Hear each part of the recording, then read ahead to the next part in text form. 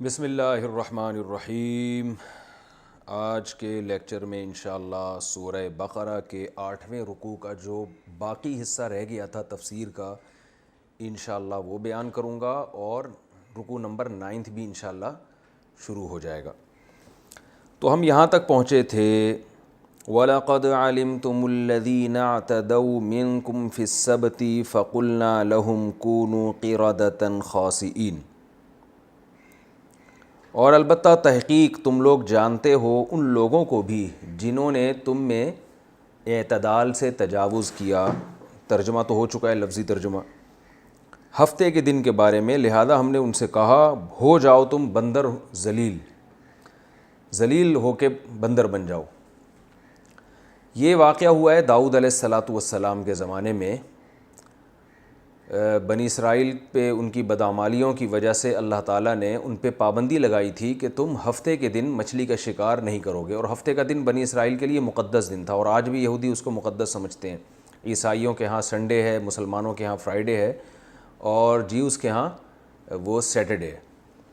تو اللہ نے کہا کہ مچھلی کا شکار نہیں کرنا۔ اب ہوتا یہ تھا کہ یوم تأتیہم حیتانہم شرعاً، مچھلیاں جو ہے نا بڑی تعداد میں ہفتے کے دن آیا کرتی ہیں، کیونکہ اللہ نے آزمایا تھا ان کو کہ میرے احکام کو فالو کرتے ہیں کہ نہیں کرتے۔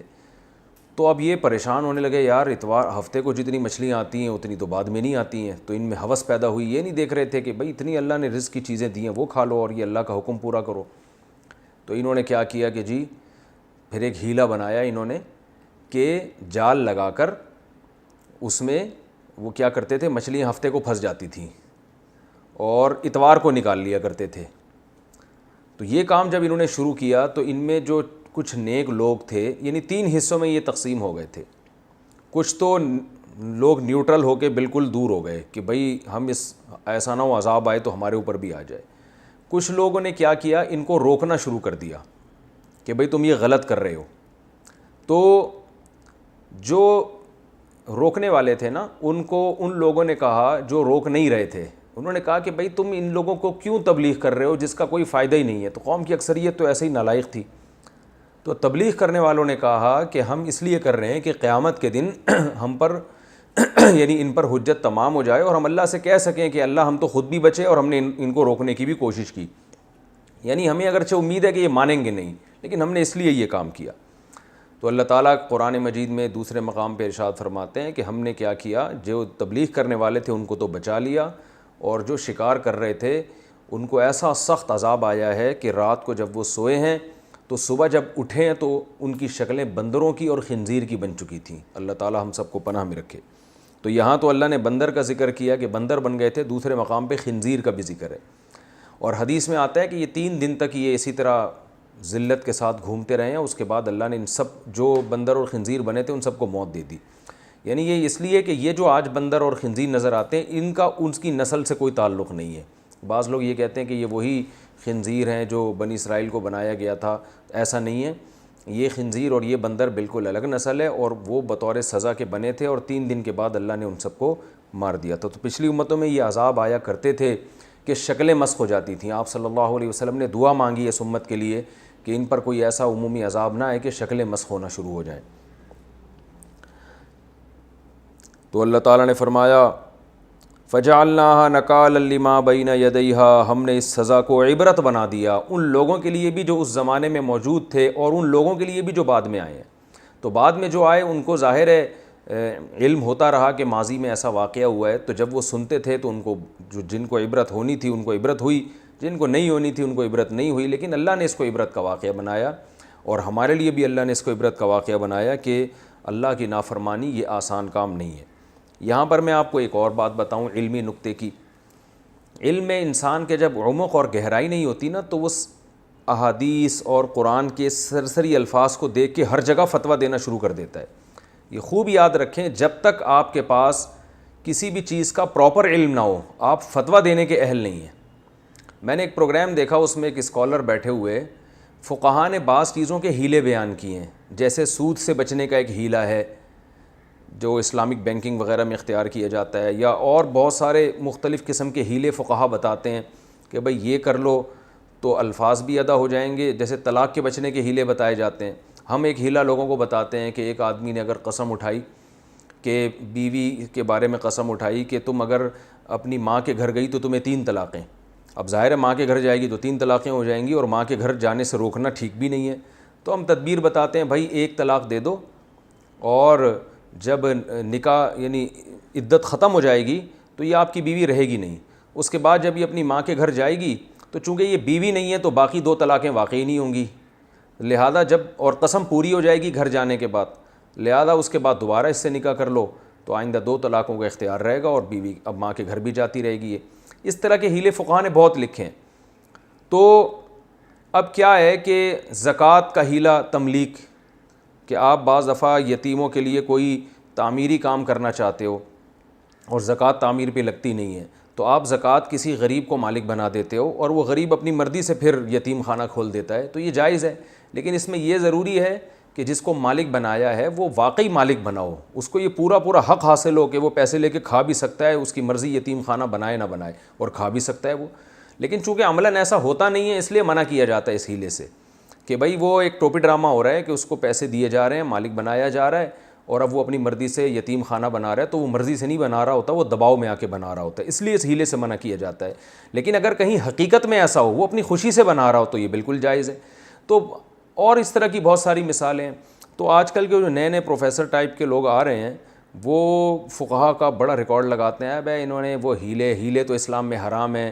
اور ایک میں نام نہیں لینا چاہتا، ایک مشہور اسکالر ہیں، ٹیلی ویژن پہ آتے ہیں، وہ بھی اس طرح کا کوئی خطاب کر رہے تھے کہ ایک ہیلے کا بتا رہے تھے، یہ فقہا نے بیان کیا ہے، یہ سب یہ فقہ شقہ کچھ نہیں ہوتا، یہ بنی اسرائیل نے بھی ہیلا کیا تھا جس کی وجہ سے ان پر اللہ کا عذاب آیا.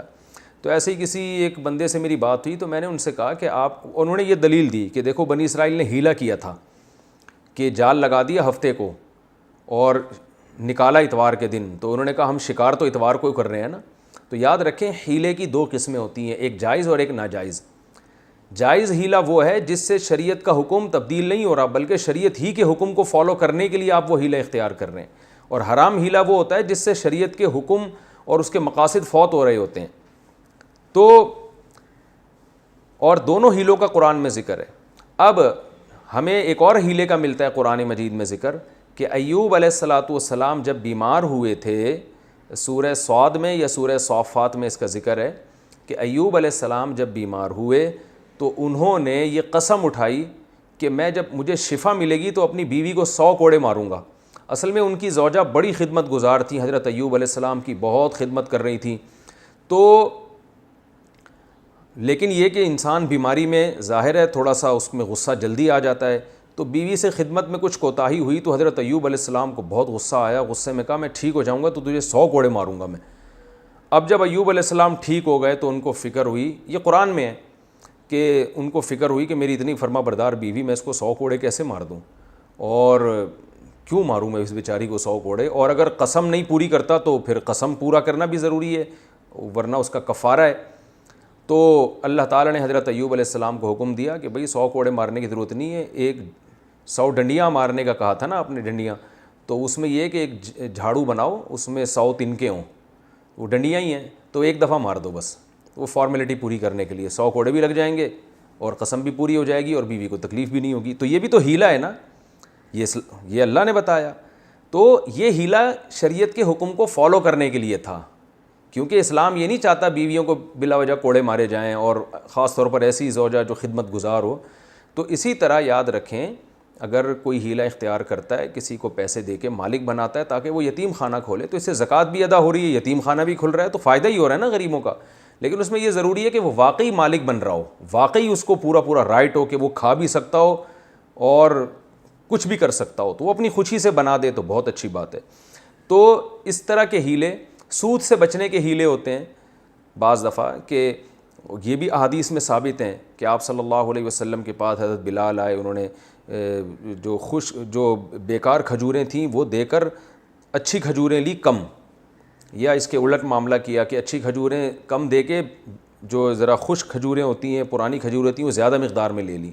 اب کھجور کا کھجور سے جب تبادلہ ہوگا تو برابری ضروری ہے. تو آپ صلی اللہ علیہ وسلم نے حضرت بلال کو منع کیا اور حکم دیا کہ بھائی ایسا کرو کہ سستی بیچو یہ پرانی کھجوریں، یعنی درہم کے بدلے میں بیچو، جب جو پیسے آئیں گے ان سے اچھی والی کھجوریں خرید لو جو یقیناً کوانٹٹی میں کم ہوں گی، تو رزلٹ سیم ہوگا مگر سود سے بچ جاؤ گے۔ تو اس طرح کے ہیلے اختیار جو کیے جاتے ہیں جس میں انسان ربا سے، سود سے بچ جاتا ہے، تو وہ بالکل جائز ہیں۔ اس میں بھی آج کل لوگ مضمون لکھ رہے ہیں اخباروں میں، لمبے لمبے کان، ادھر سے پکڑو ادھر سے پکڑو، ایک ہی بات ہے۔ تو یہ وہ لوگ ہیں جن کو علم میں عمق اور گہرائی نہیں ہے۔ جب انسان پراپر طریقے سے علم حاصل کرتا ہے تو اسے پتہ چلتا ہے کہ ہیلے، کون سے ہیلے جائز ہیں، کون سے ہیلے ناجائز ہیں۔ ہر ہیلے پہ بنی اسرائیل کے ہیلے والا حکم نہیں لگایا جا سکتا۔ وَإِذْ قَالَ مُوسَىٰ لِقَوْمِهِ، اور اس وقت کو یاد کرو جب موسیٰ نے اپنی قوم سے کہا، إِنَّ اللَّهَ يَأْمُرُكُمْ أَن تَذْبَحُوا بَقَرَةً، کہ اللہ تمہیں حکم دیتا ہے تم گائے ذبح کرو۔ یہ واقعہ بڑا دلچسپ ہے۔ اس واقعے کا بھی جو حصہ بعد میں ہے اللہ نے وہ پہلے ذکر کیا، جو پہلے تھا وہ بعد میں ذکر کیا۔ اگلے رکوع میں اس واقعے کا ابتدائی حصہ آ رہا ہے اور اس رکوع میں اس واقعے کا دوسرا حصہ آ رہا ہے۔ تو میں نے آپ کو بار بار بتایا کہ قرآن میں واقعات میں ترتیب نہیں ہوتی، کیونکہ قرآن اس واقعے سے ملنے والے سبق کو فوکس کر رہا ہے، اس واقعے کی ترتیب کو کہانی کے طور پر نہیں بیان کر رہا۔ تو یہاں بھی اصل میں یہ ہوا، یہ تھا پورا واقعہ یوں ہے کہ بنی اسرائیل میں ایک شخص نے کسی کے ہاں نکاح کا پیغام بھیجا، اس کو اس ایک آدمی کی بیٹی سے عشق ہو گیا، محبت ہو گئی، نکاح کا پیغام بھیجا، تو لڑکی کے ابا نے انکار کر دیا۔ جب انکار کیا تو اس نے، غیرت تو نہیں کہنی چاہیے، بے غیرتی کہنی چاہیے اس نے جناب اس کے والد کو قتل کر دیا، اور یہ چپکے سے قتل کیا۔ اب وہ قوم کا ایک اچھا آدمی تھا، معزز آدمی تھا، پتہ ہی نہیں چل رہا اس کا قاتل کدھر ہے۔ تو بڑے پھڈے شروع ہو گئے۔ تو اللہ تعالیٰ نے کیا کیا، حکم دیا موسیٰ علیہ السلام کو ایک معجزے کے طور پر کہ میں ایک معجزہ بھی ظاہر کرنا چاہتا ہوں اور لوگوں کو یہ بھی پتہ چل جائے کہ میں مردوں کو زندہ کیسے کروں گا، یہ بھی پتہ چل جائے۔ تو بنی اسرائیل کو حکم دیا کہ گائے ذبح کرو، اور گائے جب ذبح ہوگی تو اس گائے کے اس ایک حصے کو نا، گوشت کا ایک ٹکڑا اٹھا کے جو مقتول ہے، جس کا قتل ہوا ہے، اس کو مارا جائے گا۔ تو اللہ اپنی قدرت سے اس مقتول کو زندہ کر دے گا اور مقتول خود اٹھ کے قاتل کا نام بتائے گا۔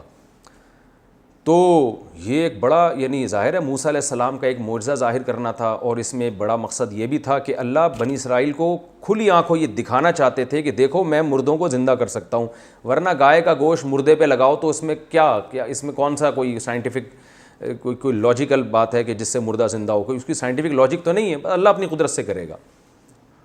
اور گائے، یہ کرنے کی ضرورت کیا تھی کہ گائے ذبح کرو اور گائے کا گوشت قاتل کے لگاؤ؟ اس کی حکمت بعض علماء نے یہ بیان کی ہے کہ عین ممکن ہے کہ اس زمانے میں گائے کی پرستش ہوتی ہو، اور اس کے دو قرائن ہیں، ان علماء کی بات کے مضبوط ہونے کی دو یعنی قرائن ہیں جن سے پتہ چلتا ہے کہ یہ بات بڑی جاندار ہے۔ نمبر ایک، آج بھی ہم دیکھتے ہیں کہ ہندو گائے کی عبادت کرتے ہیں، تو اس سے ہمیں پتہ چلتا ہے کہ قوم ایک ایسی گزری ہے ماضی میں جو گائے کو معبود سمجھا کرتے تھے، اور یہ اسی کے اثرات ہیں ہندوؤں میں جو گائے کی پرستش ہو رہی ہے۔ اور اس کی تائید اس واقعے سے بھی ہوتی ہے کہ موسیٰ علیہ السلام جب تورات لینے کے لیے کوہ طور پہ گئے ہیں تو پیچھے بنی اسرائیل نے گائے کا بچھڑا بنا کے سونے کا، اس کی پوجا کرنا شروع کر دی، حالانکہ جو مشرک ہوتے ہیں وہ بتوں کی پوجا کرتے ہیں، گائے کی عام طور پہ نہیں کرتے۔ تو اس سے بھی پتہ چلتا ہے کہ فرعون کے دور میں گائے کی پوجا پاٹ کا کوئی نظام رہا ہوگا۔ تو اللہ تعالیٰ کا عین ممکن ہے کہ یہ حکمت ہو اس میں کہ یہ چونکہ ایسی قوم میں رہے ہیں جہاں گائے کو مقدس سمجھا جاتا ہے، تو ان کے دل میں توحید کو راسخ کرنے کے لیے ان سے گائے ذبح کروائی جائے، کیونکہ عملی طور پر تو یہ ایک خدا کے قائل ہو گئے ہیں کہ ایک اللہ ہے، ہم اللہ کے سوا کسی کو نہیں مانتے۔ لیکن آپ خود سوچیں نا، جب کوئی جیسے کوئی ہندو ہمیشہ گائے کی عبادت کرتا رہا ہو، اب اگر وہ اسلام قبول بھی کرے گا تو اس کے لاشعور میں گائے کا کچھ نہ کچھ تقدس بیٹھ جائے گا، اور اب اس سے آپ بکری ذبح کرنے کا کہیں کر دے گا وہ، اور اس سے آپ کہیں کہ اونٹ نہر کرو کر دے گا، لیکن جب گائے پہ چھری پھیرنے کی بات آئے گی تو سوچیں کہ ساری زندگی جس کی عبادت کی ہو تو چھری پھیرتے ہوئے تھوڑا سا وہ ڈرے گا، ایک لاشعور میں ہوتا ہے انسان کے۔ تو اللہ تعالیٰ نے عین ممکن ہے، میں عین ممکن اس لیے کہہ رہا ہوں کہ یہ کوئی اس بارے میں صحیح حدیث موجود نہیں ہے ہمارے پاس، لیکن علماء کا قول ہے جس کی تائید ہوتی ہے ان چیزوں سے جو میں آپ کے سامنے پیش کر رہا ہوں۔ تو عین ممکن ہے کہ اللہ تعالیٰ نے ان کے دلوں سے گائے کی جو معبود ہونے کا تصور ہے اس کو بالکل کھرچ کے نکالنے کے لیے کہ بھئی گائے بالکل ایسے ہی ایک جانور ہے جیسے بکری ہے، جیسے دمبا ہے، جب چاہتے ہو کاٹ کے کھا جاتے ہو. تو یہ بھی ایک ایسا جانور ہے, دودھ لو, جب دودھ دینا ختم کر دے کاٹ کے کھا جاؤ اس کو.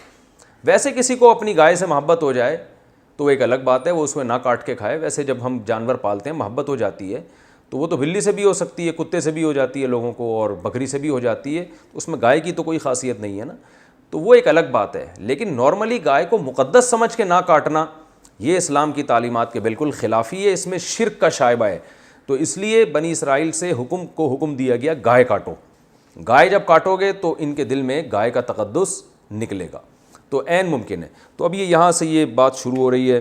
اللہ نے فرمایا وَإِذْ قَالَ مُوسَىٰ لِقَوْمِهِ, اس وقت کو یاد کرو جب موسیٰ نے اپنی قوم سے کہا کہ اللہ تمہیں حکم دیتے ہیں کہ تم ایک گائے ذبح کرو. تو اب ایک دم نا, چونکہ شرک سے مانوس ہو چکے تھے, گائے کو بچھڑا بنا کے عبادت بھی کر چکے تھے, اور فرعونیوں میں بھی ایسے گائے کی عبادت کرنے والے لوگ ہوں گے, ان کے ساتھ رہ کے کچھ نہ کچھ تقدس آ گیا تھا گائے کا. تو ایک دم ان کو دماغ میں خیال آیا اور کہنے لگے اے موسیٰ اتتخذونہ ہزوا, کہ آپ ہمارے ساتھ مزاح کر رہے ہیں, کیسی عجیب عجیب باتوں کا آپ ہمیں آرڈر دے رہے ہیں. حالانکہ جو پیغمبر کو مانتا ہے وہ پیغمبر کے حکم کے آگے چون و چرا نہیں کرتا. یہ بالکل اس سے ہمیں یہ بھی پتہ چلتا ہے. دیکھیں اللہ نے ہمیں بھی بقرعید کے دن گائے بکرے کاٹنے کا حکم دیا, تو صحابہ کرام کو جب رسول اللہ صلی اللہ علیہ وسلم نے بقرعید کے دن جانور کاٹنے کا حکم دیا, انہوں نے یہ لفظ نہیں کہا کہ یا رسول اللہ کیسی بات کا حکم دے رہے ہیں آپ, بلکہ فوراً بڑھ چڑھ کے انہوں نے قربانی کرنا شروع کر دی. تو یہ فرق تھا صحابہ میں اور بنی اسرائیل میں. تو ہم بھی اگر اپنے آپ کو کامل مومن بنانا چاہتے ہیں تو صحابہ کے راستے پہ چلنا پڑے گا. بقرعید میں اللہ نے حکم دیا جانور کاٹو, ہم کاٹ دیں گے, اس لیے کہ پیدا اللہ نے کیا. اور جو لبرلز ہوتے ہیں نام نہاد لبرل, وہ چون و چرا کرتے رہتے ہیں, یار اتنے پیسے کسی بیوہ کو دے دو, اتنے پیسے کسی غریب کو دے دو, اتنے پیسے سے کسی یتیم کی تعلیم کا انتظام کر لو, جس پیسوں سے تم بیل لے کر آؤ گے, تو وہ کرتے رہتے ہیں ایسی باتیں. تو بنی اسرائیل بھی کہنے لگے اتتخذونہ ہزوا, یہ کس قسم کا آرڈر دے رہے ہیں آپ, نماز کا حکم دیں, روزے کا حکم دیں, سمجھ میں آتا ہے, گائے کاٹنا کیا ہے. تو اتتخذونہ ہزوا, کہ آپ ہمارے ساتھ مذاق کر رہے ہیں. حضرت موسیٰ کو غضب آیا کہ میری قوم کیسے بات کر رہی ہے مجھ سے. قال موسیٰ علیہ السلام نے فرمایا اعوذ باللہ ان اکون من الجاہلین, میں اللہ کی پناہ مانگتا ہوں اس چیز سے کہ میں جہالت والی بات کروں. میں پیغمبر ہو کے تمہیں آرڈر دے رہا ہوں اور اس میں سنجیدہ نہ ہوں, یہ کیسے ہو سکتا ہے. اب بنی اسرائیل کو یقین آ گیا بھائی یہ تو واقعی آرڈر ہے. قالوا, تو بنی اسرائیل کہنے لگے, اب لیت و لال سے کام لینے لگے. جب انسان نے کسی حکم کو پورا نہیں کرنا ہوتا نا تو وہ 100 سوالات آگے شروع کر دیتا ہے. وہ سوالات شروع کر دیے کیونکہ تکلیف ہو رہی تھی گائے کاٹتے ہوئے. تو کہنے لگے ادعو لنا ربک, اپنے رب سے پوچھئے, یبین لنا, ہمیں بتائے, ما ہیا, کون سی گائے بھائی, گایوں کی تو درجنوں قسمیں ہیں. حالانکہ عقل مندی کا تقاضا یہ تھا, حدیث میں آتا ہے اگر بنی اسرائیل اتنے سوالات نہ پوچھتے نا تو جو گائے کاٹ دیتے اللہ قبول کر لیتا, جو مل جاتی کاٹ دیتے. خود پوچھ کے اپنے اوپر پابندیاں. ما ہی کیڑی گائے, قال انہ یقول انہا بقرۃ, جب آپ پابندیاں لگوائیں گے تو پھر اللہ بھی لگائے گا پابندی آپ کے اوپر. تبھی قرآن میں آتا ہے نا دوسرے مقام پہ, لا تسألوا عن اشیاء ان تبد لکم تسؤکم, اے ایمان والو ایسے سوالات مت پوچھا کرو کہ اگر ان کا تمہیں جواب مل جائے تو تم اور پریشان ہو جاؤ. تو جتنا اللہ نے مبہم جو چیز رکھی ہے نا اس کو مبہم ہی رہنے دو. تبھی علماء نے اسی سے یہ استدلال کیا ہے کہ اگر کوئی شخص آپ کو ہدیہ دیتا ہے یا آپ کی دعوت کرتا ہے تو آپ اس سے خود سے نہ پوچھیں کہ تمہارا ذریعہ آمدن کیا ہے. مسلمان ہیں, اچھا گمان رکھیں, حلال ہی کماتا ہوگا, جائیں کھا پی کے پتلی گلی سے نکل لیں. خام خواہ میں تفتیش کرنا, بھائی آپ ذرا یہ بتائیں کہ یہ جو آپ مجھے کوفتے کھلا رہے ہیں یہ آپ نے کہاں سے خریدے, کتنے کے خریدے. تو پوچھ کے اپنے اوپر پابندیاں نہ لگوائیں. ہاں کسی سے لانگ ٹرم کوئی معاہدہ ہو اور طویل تجارت کرنی ہے یا کہیں رشتہ بھیجنا ہے تو اس میں پھر یہ پہلے سے پوچھ لیں کہ آپ کی ارننگ کیا ہے. اس لیے کہ اگر بعد میں آپ کی وہاں شادی ہو جاتی ہے, پھر پتہ چلتا ہے کہ ان کا تو شراب خانہ ہے, تو پھر آپ ساری زندگی کیسے اجتناب کرو گے. یعنی پھر تو کیونکہ وہاں بہت لمبا معاملہ ہے نا آپ کا, آج نہیں تو کل تو پتہ چل ہی جائے گا. تو جو چیز کل پتہ چلنی ہے تو انسان پھر پہلے سے پوچھ لے. لیکن اگر کبھی کبھار لوگوں سے معاملات ہیں, کوئی آپ سے خرید و فروخت کر رہا ہے کچھ, تو پھر اس سے پوچھنے کی شریعت میں اجازت نہیں ہے, کیونکہ سوال پوچھ کے اپنے آپ کو مشکلات میں نہ ڈالیں. ہاں ضروری علم حاصل کرنا بہرحال ضروری ہے. تو اللہ نے فرمایا ما ہی کیڑی گائے, وہ بنی اسرائیل نے کہا ما ہی کیڑی گائے. قال انہ یقول انہا بقرۃ لا فارض ولا بکر, وہ نہ تو معمر گائے ہو نہ بالکل بچی ہو، درمیانی ایج کی گائے ہونی چاہیے، بالکل درمیان میں. فَافْعَلُوا مَا تُؤْمَرُونَ. اور پھر حضرت موسیٰ نے ان سے کہہ دیا اب جو تمہیں حکم دیا جا رہا ہے کر گزرو، مزید سوالات نہ پوچھو، بس درمیانی عمر کی گائے کاٹ دو. نہیں جی، ان کو بھی کوئی تکلیف تھی. قالوا ادع لنا ربک، اللہ سے پوچھئے، یبین لنا، ہمیں بتائے وہ، ما لونہا، کلر کیسا ہونا چاہیے. گائے تو کالی بھی ہوتی ہے، سفید بھی ہوتی ہے، لال بھی ہوتی ہے، کلر ذرا ڈیفائن ہو جائے تو ذرا ہمیں ذرا تسلی ہو جائے گی. قال انہ، حضرت موسیٰ نے فرمایا، دیکھیں اللہ یہ بھی کہہ سکتے تھے جو چاہے کلر، لیکن اللہ نے بھی ان کو سزا دی کہ جب پوچھ رہے ہو تو پھر یہ والا کلر ہونا چاہیے. انہ یقول انہا، بے شک اللہ تعالیٰ فرماتے ہیں کہ وہ ایسی گائے ہو، بقرۃ صفرا، زرد رنگ کی گائے ہو، فاقع لونہا، چمکتا ہوا زرد رنگ، تسر الناظرین، دیکھنے والوں کو خوش کر دے. اب لاؤ ایسی گائے. لیکن ابھی بھی ان کو تسلی نہیں ہوئی تھی، تو کہنے لگے ادع لنا ربک یبین لنا ما ہی، اللہ سے پوچھیں کیڑی گائے. ابھی بھی سمجھ میں نہیں آ رہی، زرد رنگ کی تو بہت ساری گائے ہوتی ہیں. ان البقرہ تشابہ علینا، گائے کے معاملے میں ہم ابھی بھی کنفیوز ہیں، گائے ہم پر مشتبہ ہو گئی ہے. لیکن ایک جملہ ان کی زبان سے اس دفعہ اچھا نکل گیا، وَإِنَّا إِن شَاءَ اللَّهُ، اگر اللہ نے چاہا، یعنی انشاءاللہ لَمُهْتَدُونَ، اللہ نے چاہا تو اب ہمیں پتہ چل جائے گا. حدیث میں آتا ہے یہ انشاءاللہ کہنے کی برکت تھی کہ اگلے سوال کے جواب ملنے پر انہوں نے گائے ذبح کر دی. اگر انشاءاللہ نہ کہتے نا تو ان پر اللہ کا عذاب آتا، کیونکہ اگلے سوال کا جواب بھی ان کو ملتا، اس کے بعد بھی یہ نہ کرتے، پھر وہ اور سوال پوچھتے تو اللہ کا عذاب آ جاتا کہ تم نے کرنا نہیں ہے، حجت بازی کرنی ہے بس تم نے. تو اس لیے انہوں نے اس دفعہ کہہ دیا انشاءاللہ. انہوں ڈر رہے تھے نا حضرت موسیٰ علیہ السلام کوئی تھپڑ نہ لگا دیں، جیسے وہ قبطی کو تھپڑ مارا تھا، وہ مر گیا تھا، تو جو پوچھنے گیا ہوگا قوم کی طرف سے حضرت موسیٰ علیہ السلام سے، اس کو بھی تو ڈر لگ رہا ہوگا کہ اب تیسرے سوال پہ کہیں حضرت موسیٰ کا چانٹا نہ آ جائے. تو اس لیے اس نے کہا اے موسیٰ آپ بس اب ایک بات رہ گئی ہے وہ بتا دیں، اور انشاءاللہ اب ہمیں پتہ چل جائے گا کون سی گائے. یعنی اللہ نے چاہا تو مزید سوال پوچھنے کی نوبت نہیں آئے گی. قال انہ، حضرت موسیٰ نے فرمایا کہ اللہ تعالیٰ فرماتے ہیں انہا بقرۃ لا ذلول، ایسی گائے نہیں جو مسخر ہو، یعنی ہل چلاتی ہو، تثیر الارض، جو زمین میں ہل جوتتی ہو، کیونکہ وہ اس گائے کا تو بیڑا غرق ہو چکا ہوتا ہے نا. جو بیچاری گائے دیکھیں نا جو ہلوں میں ہوتی ہیں، ایسی ہڈیوں کا انچر پنچر ڈھیلا ہو چکا ہوتا ہے ان کا. ولا تسقی الحرث، اور نہ وہ کھیتیوں کو پانی پلاتی ہو، کیونکہ اس پہ لاد کے ڈول جب رکھے جاتے تھے، ویٹ لفٹنگ کا کام اس سے لیا جاتا تھا، تو وہ بھی ظاہر ہے اس کا بھی انچر پنچر ڈھیلا ہو جاتا تھا. تو ایسی گائے نہیں ہونی چاہیے، گھر کی پلی ہوئی. جیسے ہم قربانی میں گائے لینے جاتے ہیں نا، لوگ بتاتے ہیں بھائی گھر کا پلا ہوا جانور ہے، بالکل بڑے ناز و نخرے سے اس کو کھلایا پلایا گیا، کام وام نہیں لیا گیا اس سے. تو اس ٹائپ کی گائے. مسلمۃ لا شیۃ فیہا، ہر عیب سے پاک ہو، لا شیۃ فیہا، کوئی عیب نہ اس میں. قالوا، اب چونکہ ڈرے ہوئے تھے تو بہرحال مسلمان، ایمان تھا اللہ پر، تو کہنے لگے الآن جیت بالحق، اے موسیٰ ہون تسی صحیح بات کر دیو. الآن کا معنی کیا ہے؟ اب، رائٹ ناؤ کہتے ہیں نا انگلش میں. اب ہون، جسے پنجابی میں جو ہم نے سنا ہے، تلفظ میں گڑبڑ ہو سکتی ہے بھائی، ہون آپ نے صحیح بات کی ہے. فذبحوها، اللہ فرماتے ہیں انہوں نے ذبح تو کر دی گائے. وما کادو، کادا یکادو بہت قرآن میں آتا ہے، یاد رکھیں. کادا اصل میں کہیدہ تھا سمیع کی طرح، یکادو اصل میں یک یدو تھا. تو اس کا معنی ہوتا ہے سمیع یسمعو کی طرح ہے، اس کا معنی ہوتا ہے بہت جلد کوئی کام کر لینا، یعنی بہت جلد. جیسے کادا، میں اگر اپنے بارے میں کہوں گا نا تو یا میں کسی شخص کے بارے میں کہوں گا کادا زیدن یفعل، قریب ہے کہ زید یہ کام کر لے. بس جو کرنے ہی والا ہوتا ہے، گوئنگ ٹو ڈو، جسے انگلش میں کہتے ہیں نا I am going to do this, یا I am about to sleep جیسے کہتے ہیں، میں بس سونے ہی والا ہوں، یا I am going to sleep, یا I am going to take rest, یا گوئنگ ٹو ڈو دس. کچھ بھی اس طرح کے جو اسٹرکچر استعمال ہوتے ہیں انگلش میں بھی اردو میں بھی، بس میں کرنے والا ہوں، یا یہ کام بس ہونے ہی والا، I am about to reach, میں پہنچنے ہی والا ہوں. تو یہ ہے کادا یکادو کا مطلب. اور ما کادا کا مطلب یہ کام ہونے ہی نہیں والا ہے، یعنی اس کے الٹ کر دیں آپ اس کو.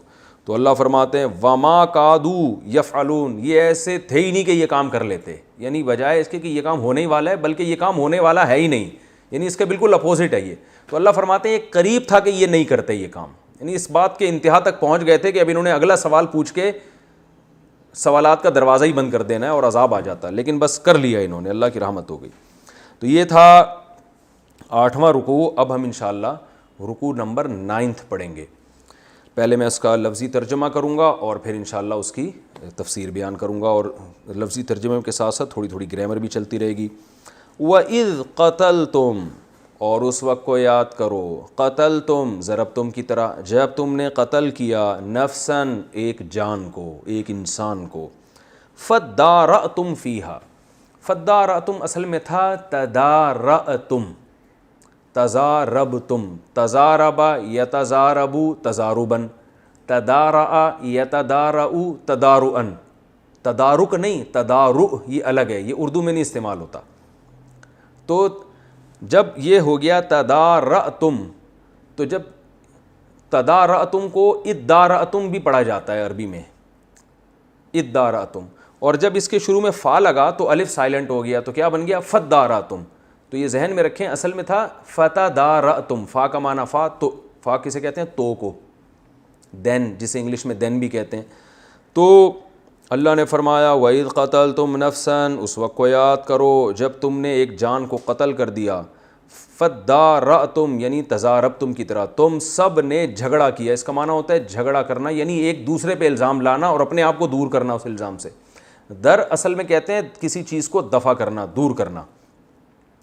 درء حدود آتا ہے نا, حدیث میں آتا ہے ادرؤوا الحدود ما استطعتم, حد کو دور کرو, ساقط کرو جتنا تم میں طاقت ہو. یعنی جب کسی مسلمان پہ حد جاری ہونے والی ہو, زنا کی یا چوری کی, تو کوشش کرو حد ساقط ہو جائے, یعنی بہت مضبوط دلائل ہوں تو پھر حد جاری ہوگی, شبہے کا فائدہ مجرم کو دیا جائے گا, یہ مطلب ہے حدیث کا. یعنی تھوڑا سا بھی شبہ پیدا ہو گیا کہ پتہ نہیں اس نے جرم کیا بھی ہے کہ نہیں کیا, تو پھر اس شبہے کا فائدہ اٹھاؤ اور مجرم سے سزا کو دور کرو.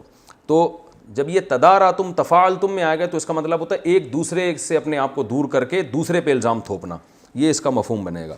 اللہ فرماتے ہیں وَإِذْ قَتَلْتُمْ نَفْسًا, جب تم نے ایک جان کو قتل کر دیا, فَدَّارَأْتُمْ فِيهَا, فِيهَا ہا ضمیر نفس کی طرف لوٹ رہی ہے, یعنی اس جان کے بارے میں تم سب کا اختلاف ہو گیا, ایک دوسرے پہ الزام وغیرہ, اس نے کیا وغیرہ, اس نے کیا, میں نے نہیں کیا, پتہ ہی نہیں چل رہا تھا کہ کس نے کیا ہے, تو جھگڑا ہو گیا. تداراتم کا آپ آسان ترجمہ یہ بھی کر سکتے ہیں, تم اس کے بارے میں جھگڑا کر دیا تم نے.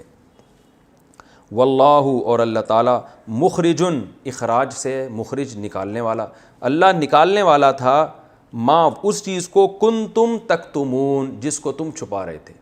تم قاتل کا نام چھپا رہے تھے, لیکن اللہ چاہتا تھا کہ اس قاتل کا پتہ لوگوں کو بتا دے. یعنی جو اصل مجرم تھے انہوں نے سب نے مکمکہ کیا ہوا تھا, اس کا نام نہیں آنا چاہیے مارکیٹ میں. فَقُلْنَا, پس ہم نے کہا, اضربوہ, اس گائے کے ایک ٹکڑے کو, اضربوہ کا معنی اس گائے کو, یعنی مراد پوری گائے نہیں ہے, ضرب یضربو مارو, اضربو جمع کا صیغہ ہے, اور جب فا شروع میں آیا تو الف سائلنٹ ہو گیا. فضربو مارو تم سب, ہو اس گائے کے ٹکڑے کو, ببعضھا, ببعض ہا اس نفس کی طرف, اس نفس جو قتل ہوا ہے اس کے بعض حصے کو مارو, یعنی اس گائے کو اس نفس کے یا اس انسان کے بعض حصے سے ٹچ کرو, یوں کر کے مارو جا کے. کذالک, اس طریقے سے, یحیی اللہ, احیا یا یحیی, اکرم یکرم کی طرح پڑھا جاتا ہے, احیا یحیی, اس طریقے سے, یحیی اللہ الموتا, اللہ مردوں کو زندہ کرے گا, یعنی تمہیں اس طرح دکھائے گا, اس کو بھی زندہ کر دے گا, تو اور تمہیں دکھا رہا ہے کہ اس طرح سے اللہ مردوں کو بھی زندہ کر دے گا, کہ کوئی سبب نہیں ہے اور اٹھا دیا. موتا میت کی جمع ہے. وَيُرِيكُمْ آيَاتِهِ, اور دکھائے گا اللہ تمہیں اپنی نشانیاں. یُرِيكُمْ یُرْئِیُ تھا, یُکرِمُ کی طرح, تو اس کا معنی ہوتا ہے دکھانا, کئی بار یہ آ چکا ہے. یُرِيكُمْ, اس طرح اللہ تمہیں دکھائے گا, آیاتِهِ, اپنی نشانیاں, لَعَلَّكُمْ تَعْقِلُونَ, شاید کہ تم عقل سے کام لے لو, شاید کہ تمہارا آخرت پہ یقین ہو جائے. تو اللہ نے یہ منظر دکھا دیا. اچھا یہ میں تفسیر میں بتاؤں گا, ابھی میں لفظی ترجمہ چلا رہا ہوں. ثم, پھر اس کے بعد, قصت, قصت اصل میں تھا قاساوت, قاساوت ضربت کی طرح, اس کا معنی ہوتا ہے دل کا سخت ہو جانا, کہتے ہیں نا قساوت قلب, اردو میں یہ گاڑی اردو میں استعمال ہوتا ہے, قساوت قلب, دل کی سختی. ثم قست قلوبکم, پھر اس کے بعد تمہارے دل سخت ہو گئے, من بعد ذالک, اس واقعے کے بعد بھی, فہی کالحجارہ, بس یہ دل جو تھے یہ پتھر کی طرح ہیں. حجارہ اور حجر عربی میں پتھر کو کہتے ہیں. او اشد بلکہ اس سے بھی زیادہ سخت ہیں، قسوتاً ازروئے سختی کے، اشدو اشددو تھا زیادہ سخت، میں نے بتایا تھا او عربی میں یا کے معنی میں آتا ہے، لیکن بعض دفعہ اس کا مفہوم بلکہ کے معنی میں بنتا ہے، یعنی ہم یوں ترجمہ کریں گے کہ اس واقعے کے بعد تمہارے دل اور سخت ہو گئے، پس یہ پتھر کی طرح بلکہ اس سے بھی زیادہ سخت ہو گئے۔ کیوں؟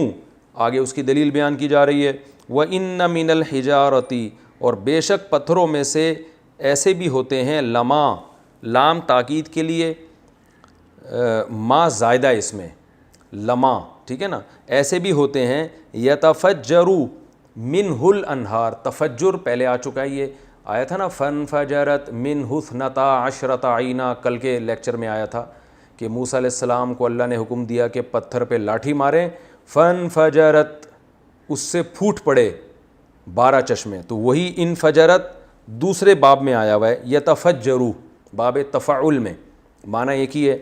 وَإِنَّ مِنَ الْحِجَارَةِ، اور بہت سے پتھروں میں ایسے بھی ہیں، لما جو کہ، اچھا ما زائدہ نہیں ہے، ما موصولہ ہے، لام تاکید کے لیے ما کا معنی وہ پتھر ہیں، یتفجروا جن سے پھوٹتی ہیں، منہ ان پتھروں سے، الانہار نہریں، یعنی چشمے پھوٹ پڑتے ہیں ان پتھروں سے۔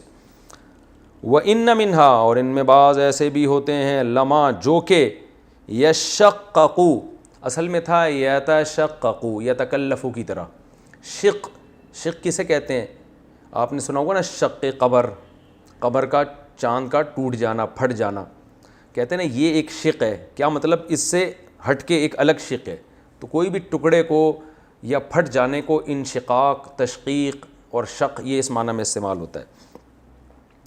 تو اللہ فرماتے ہیں یتشققوا سے یشققوا پڑھا جاتا ہے اس کو، اور ان میں بعض ایسے ہیں، لما یشققوا جو کہ پھٹ پڑتے ہیں، فیخرج پھر نکلتا ہے، منہ ان پتھروں سے، الماء پانی، وَإِنَّ مِنْهَا، اور ان میں بعض ایسے بھی ہیں، لما جو کہ یہبط لڑکتے ہیں، میں نے بتایا تھا نا ہبط یہبط، اس کا معنی ہوتا ہے بلندی سے پستی کی طرف آنا، جیسے قرآن میں پہلے یہ 2-3 جگہ آ چکا ہے ہمارے لیکچروں میں، اہبطوا مصرن، بنی اسرائیل کو کہا نا شہر میں اترو، اور آدم علیہ السلام کو اللہ نے کیا فرمایا؟ قال اہبطوا منہا، اس جنت سے نکلو، تو یہ 2 لفظ پہلے آ چکے ہیں، ان کو یاد کر لیں۔ لما ایسے بھی ہیں، یہبطوا جو لڑکتے ہیں اوپر سے، من خشیت اللہ، اللہ کے خوف سے، وما اللہ، اور نہیں ہے اللہ تعالیٰ، بغافل غفلت والا، عما اصل میں تھا عن ما، عن الگ ہے ما الگ ہے، تو ملا کے عما بنا دیا، اللہ غافل نہیں ہے اس چیز سے، تعملون جو تم عمل کرتے ہو، اللہ تمہارے عمل سے غافل نہیں ہے۔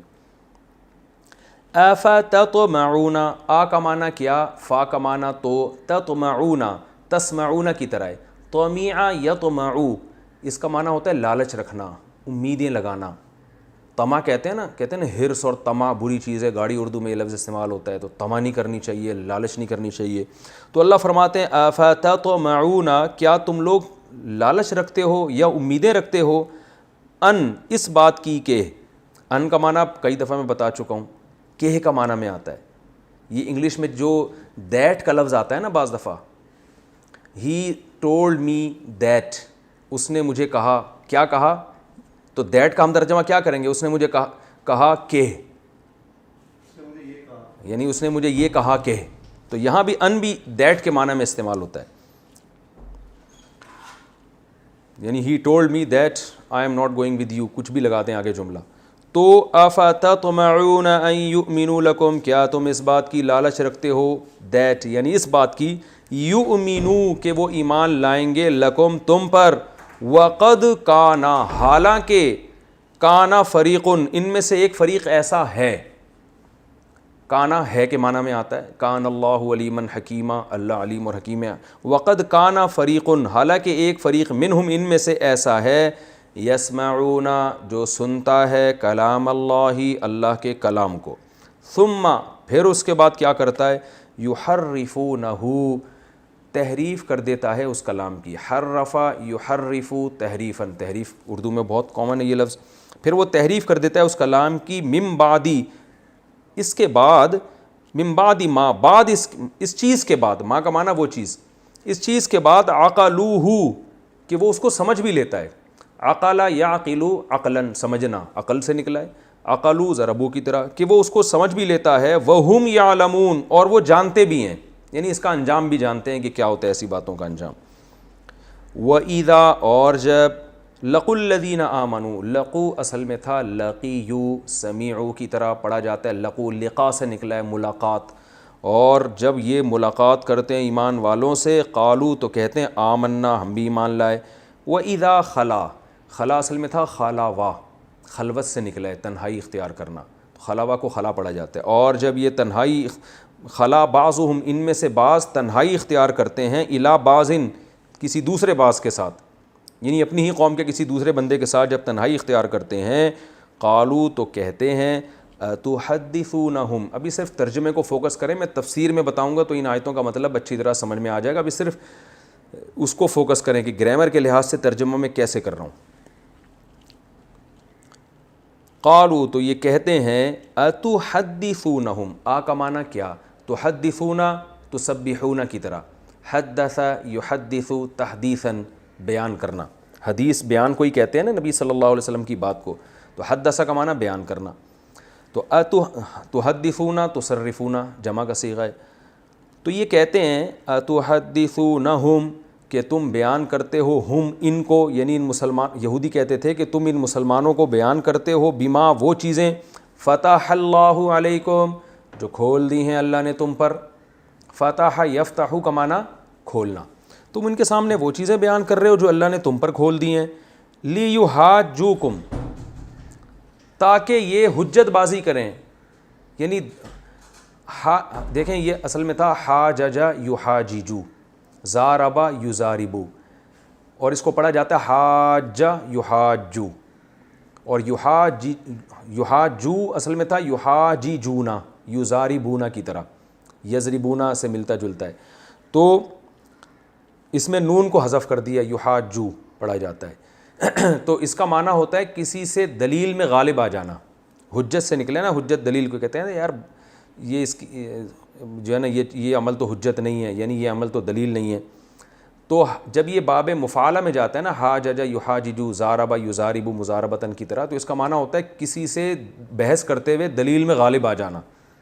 تو اللہ فرماتے ہیں کہ یہ یہودی جب ایک دوسرے سے ملتے ہیں تنہائی میں تو کہتے ہیں کیا تم مسلمانوں کو وہ چیزیں بتاتے ہو جو اللہ نے تم پر کھول دی ہیں تاکہ یہ مسلمان بھی ان چیزوں کے ذریعے حاجوکم یحاجوکم تم پہ حجت میں غالب آ جائیں, دلیل میں غالب آ جائیں, عند ربکم تمہارے رب کے نزدیک. میں تفسیر میں ابھی گھبرائے نہیں, تفسیر میں انشاءاللہ بات سمجھ میں آئے گی. افلا تعقلون کیا تم عقل سے کام نہیں لیتے. اولا یعلمون اللہ فرماتے ہیں کیا یہ لوگ جانتے نہیں ہیں ان اللہ کہ بے شک اللہ تعالیٰ یعلم جانتا ہے ما ان چیزوں کو بھی یسرون جو یہ چھپاتے ہیں. یسرون اصل میں تھا یسریرون یکریمون کی طرح, اسرار چھپانا کہتے ہیں نا, جو ہے نا راز کو بھی اسرار کہتے ہیں نا اردو میں کہ بھئی ان کے پاس کچھ اسرار ہیں. تو یسرون یہ چھپاتے ہیں, وما اور ان چیزوں کو بھی جانتا ہے, یعلنون جو یہ ظاہر کرتے ہیں. اعلان سے نکلا, اعلان ظاہر کرنے کو ہی کہتے ہیں نا, تو یہ جو چیزیں چھپاتے ہیں اللہ ان کو بھی جانتا ہے, جو چیزیں یہ ظاہر کرتے ہیں اللہ تعالیٰ ان کو بھی جانتا ہے. یہاں تک ابھی ہمارا ٹائم چونکہ کمپلیٹ ہو گیا ہے, تو اگلے لیکچر میں انشاءاللہ اس رکوع کا جو باقی حصہ ہے, یعنی یہ ہے ہمارا 9واں رکوع, اس کا باقی حصے کا ترجمہ اور گرامر بیان ہوگی, اور پھر اسی اگلے لیکچر میں انشاءاللہ اس رکوع کی تفسیر میں بیان کروں گا. اس میں ان آیتوں کا مطلب اچھی طرح سمجھ میں آ جائے گا انشاءاللہ.